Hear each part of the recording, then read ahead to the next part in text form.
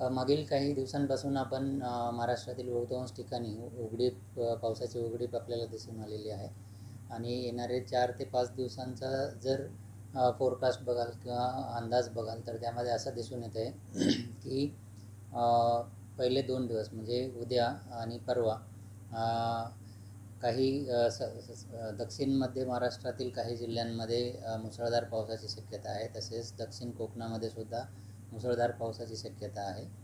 14 तारखेनंतर 12-13 नंतरच हलक्या ते मध्यम स्वरूपाचा पाऊस मध्य महाराष्ट्र किंवा पश्चिम महाराष्ट्रामध्ये तसेच दक्षिण मराठवाड्यातील काही जिल्ह्यांमध्ये आपल्याला एक्सपेक्टेड आहे 13-14 तारखेनंतर। आणि 15, 16 आणि 17 तारखेनंतर सर्वदूर आपण हलक्या ते मध्यम स्वरूपाचा पाऊस एस्पेशली द इंटेरियर पार्ट किंवा प्लेन एरियाजला बघू शकतो।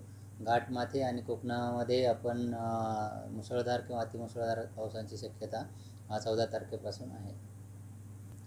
ओके, दक्षिण मध्य महाराष्ट्रातील काही जिल्हे जसं कोल्हापूर, सांगली, सातारा यांना ऑरेंज अलर्ट किंवा तिथे मुसळधार पावसाची शक्यता आपण उद्यापासून एक्सपेक्ट करत आहोत। आणि त्यानंतर 15-16 तारखेला आणि त्याचबरोबर दक्षिण कोकणातील काही जिल्ह्यांमध्ये जसं रत्नागिरी, सिंधुदुर्ग तिकडे सुद्धा मुसळधार पावसाची शक्यता आहे। आणि 14-15 नंतर तो पाऊस उत्तरेकडे सरकून इतर ठिकाणी सुद्धा किंवा आपण असं म्हणू शकतो की सर्वदूर पाऊस होण्याची शक्यता 14-15 तारखेनंतर आहे।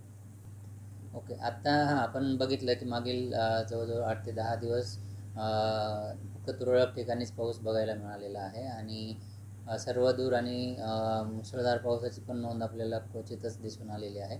तर आता परत मान्सूनचे वारे सक्रिय होताना दिसत आहेत आणि 13-14 तारखेपासून त्याची तीव्रता अजून वाढण्याची शक्यता आहे। आणि त्याचबरोबर बंगालच्या उपसागरामध्ये एक चक्रीय स्थिती तयार झालेली आहे आणि त्या चक्रीय स्थितीमुळे आणि मान्सूनचे वारे परत सक्रिय झाल्यामुळे आपण एक्सपेक्ट करत आहोत की 13-14 तारखेनंतर परत मान्सूनचा पाऊस सक्रिय होण्याची शक्यता आहे। आणि त्यामध्ये इतर जो मराठवाड्याचा भाग आहे किंवा मग पश्चिम महाराष्ट्रातील काही भाग आहे उत्तरेकडचा एस्पेशली तिथेसुद्धा पावसाची चांगली शक्यता आहे।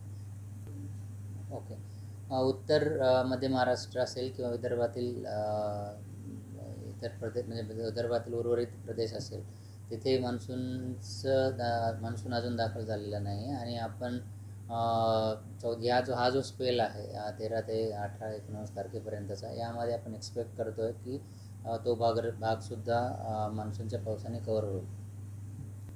ओके, पाऊस जसं आपण बघितलं की मेच्या शेवटच्या आठवड्यामध्ये चांगल्या प्रकारे पाऊस झाला आणि त्यानंतर काही ठिकाणी किंवा तुरळक ठिकाणी सुद्धा पाऊस होत गेला। परंतु मध्ये मागचा एक आठवडा जर बघाल तर बऱ्यापैकी उघडीप आपल्याला बऱ्याच ठिकाणी दिसून आलेली आहे। तर पेरणीविषयी जर म्हणाल तर कृषी विभागाकडनं जे काही सूचना दिल्या जात आहेत तर त्याकडे लक्ष ठेवणं आणि त्यानुसार पेरणीचं नियोजन करणं असं मी म्हणेन।